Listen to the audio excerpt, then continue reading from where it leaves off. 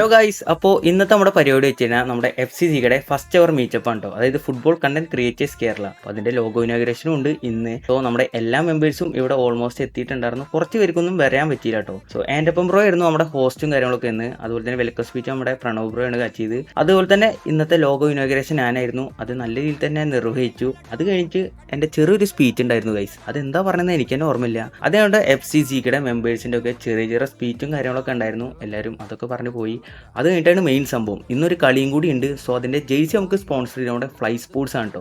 അപ്പോൾ അതിൻ്റെ ജേഴ്സി പ്രദർശനം കാര്യങ്ങളൊക്കെ ആയിരുന്നു. അത് കഴിഞ്ഞിട്ട് നമ്മൾ നേരെ ഗ്രൗണ്ടിലേക്ക് ഇറങ്ങി. അവിടെ ചെറുതായിട്ട് ഒരു ബോൾ ടച്ചിങ് പരിപാടിയും കാര്യങ്ങളൊക്കെ ഉണ്ടായിരുന്നു. അത് കഴിഞ്ഞിട്ട് നിങ്ങൾ അതിൻ്റെ പട്ടിഷാണ് കാണുന്നത്. ജസ്റ്റ് പന്തൊക്കെ ഇട്ട് ഇങ്ങനെ ജഗിൾ ചെയ്യുക. കുറേ കാലമായി പന്ത് വിട്ടിട്ട്. അതിനുശേഷമാണ് ഇന്നലെ പോയിട്ട് അവിടെ പന്ത് വിട്ടത്. അത് കഴിഞ്ഞിട്ട് ഞാൻ ചെറുതായിട്ട് കളിക്കാനും ഇറങ്ങി. അവിടെ സ്ട്രെച്ചും കാര്യങ്ങളൊക്കെ ആയിട്ട് ഇറങ്ങണത് ഞാൻ തന്നെയാണ്.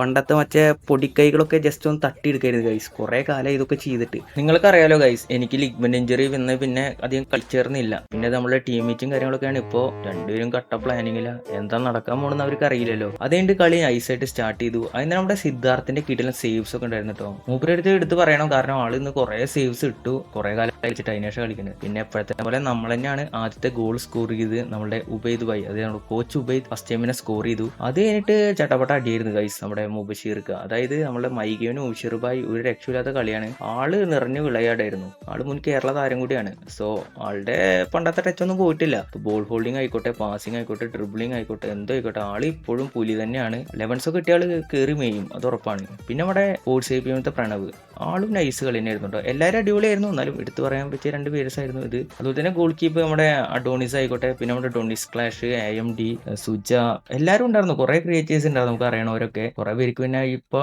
ഇവിടെ വന്നിട്ടാണ് പരിചയം ചെയ്തിട്ട്. അപ്പോൾ കിടിലൻ കളിയായിരുന്നു. ടോട്ടലി നോക്കുകയാണെങ്കിൽ ഞാൻ ഇറങ്ങിയിട്ട് പിന്നെ അധികം തപ്പിക്കളിയായിരുന്നു. കാലും എന്താ കല്ല് വെച്ച് കളിക്കണ പോലെയായിരുന്നു എൻ്റെ കളി. നിങ്ങൾക്ക് കാണുമ്പോൾ തന്നെ മനസ്സിലാവും. പിന്നെ ചെറുതായിട്ട് ഇടയ്ക്ക് രണ്ട് ചെസ്റ്റ് ട്രാപ്പും ഹെഡും കാര്യങ്ങളൊക്കെ ആയിട്ട് ചെറുതായിട്ട് തള്ളി നീക്കി. പിന്നെ സ്കോറിന്റെ കാര്യം ഞാൻ പറയാം. സ്കോർ സത്യം പറഞ്ഞു കഴിഞ്ഞാൽ കുറച്ച് ഓർമ്മയില്ല. അത് 10-13 9-13 എന്നറിയില്ല. എന്തായാലും തോറ്റി. അതേ ഗൈസ്, ടീം ഉബൈദിനെ ടീം റൌഫ് തട്ടി.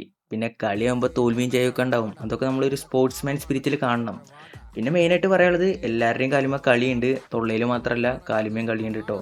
അപ്പോൾ അടിപൊളി പരിപാടിയായിരുന്നു. കുറേ ക്രിയേറ്റേഴ്സിനെ കാണാൻ പറ്റി. കുറേ പേര് കാണാൻ പറ്റില്ല. അടുത്തോട്ടം കാണാമെന്ന് പ്രതീക്ഷിക്കുന്നു. പിന്നെ എന്താ ട്രോഫി കൊടുത്ത് നമ്മളെ ഫുഡ് ആൻഡ് ബോളിൻ്റെ ഹബീബാണ് കേട്ടോ. സോ ജയിച്ചവർക്ക് ട്രോഫി കിട്ടി. ഞങ്ങളും എല്ലാം കയ്യും വീശി പോയി. അപ്പോൾ എന്തായാലും നമുക്ക് അടുത്ത വീഡിയോയിൽ കാണാം. ബൈ.